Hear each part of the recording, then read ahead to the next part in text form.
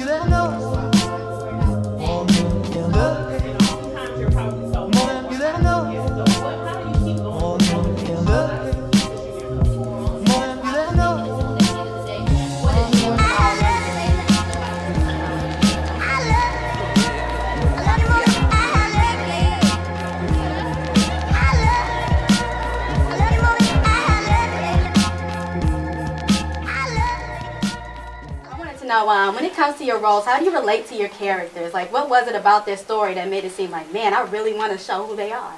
I think a lot of times with our generation today, we can feel chastised by the generation before us, or just in general with the media. I think we can often be displayed in a very negative way. And I felt with this movie, it showed the generation talking about what's going on in the day, but not in a way that made you as a viewer feel like they were judging themselves. You kind of had more compassion and understanding for their dispositions and what was going on around them. What made me connect with his struggle was that I have so many friends, even though my life didn't directly correlate to his scenario connected to so many people who I knew. And I felt like this was an opportunity for me to help the world find out about their story, because they don't necessarily have the platform in order to explain what it is that they're going through and be able to create an opportunity for other people who are going through what they're going through to be able to see that there are other options. And I also remember you guys were talking about making this movie a classic. So what about this movie makes it stand out from another production?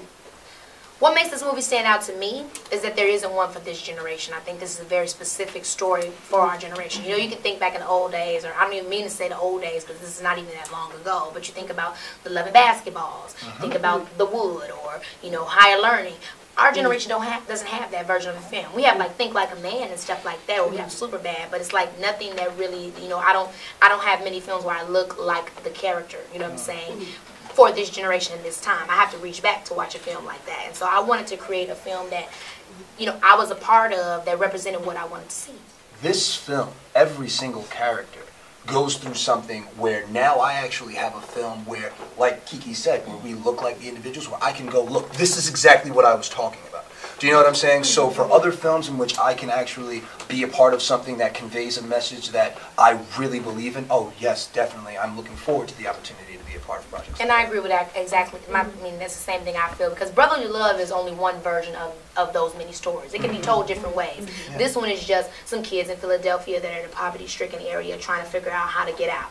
Another one may be we're in college trying to figure out how to, you know, exactly. It'll be different. It'll be different types, and this is just the first one of what I hope will be many. Yes. Have you ever been faced with roles where you didn't agree, but you done them anyway? Or how did you deny that role because you didn't want that to portray to your audience?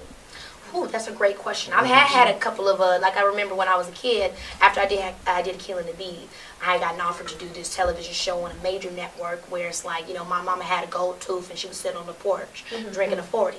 And it's like, I can understand that is somebody's life, but in the way that it was being told, it was like you were laughing at that community as opposed to finding a way to relate to them. Like, maybe my mom was drinking a 40 ounce and had a gold tooth, but why couldn't I be in the bedroom listening to Mozart?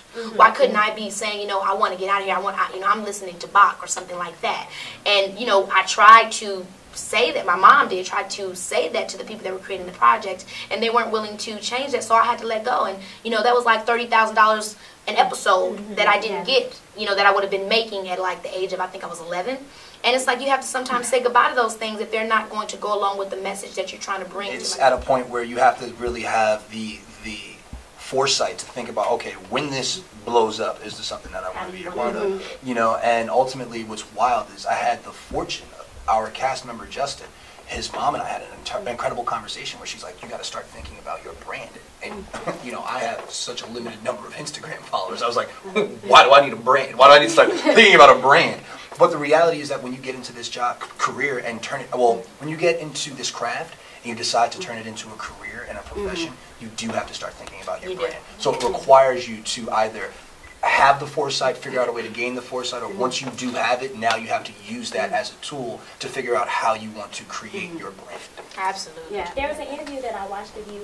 They had interviewed your mom, and the guy asked how proud was she of you, and she just started crying. How do you feel to be 21 years old and your mom is that proud of you? I'm saying, I just talked to you guys at dinner the other day. Like, so many things happen in our lives. As you know, we break up with somebody, or, you know, we lose a friend, or we lose opportunity. And literally what goes in my mind, I'm not even kidding, I think, at least I've got my mom.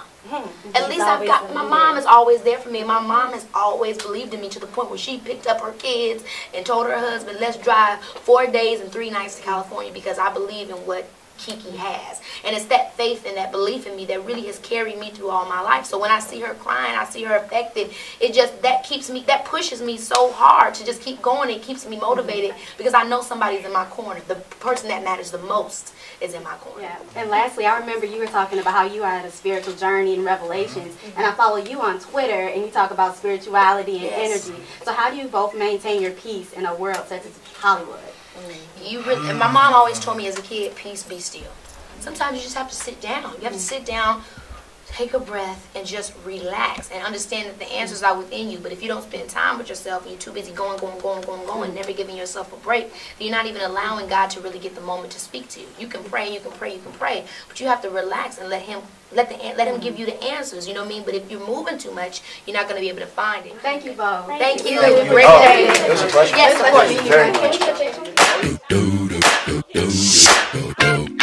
Cause Uptown Funk don't give it to you. Cause Uptown Funk don't give it to you.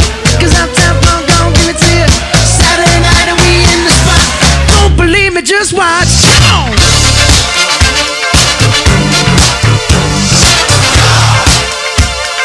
Don't believe me, just watch.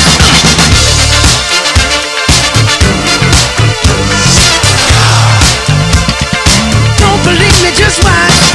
Don't believe me, just watch. Don't believe me, just watch. Don't believe me, just watch.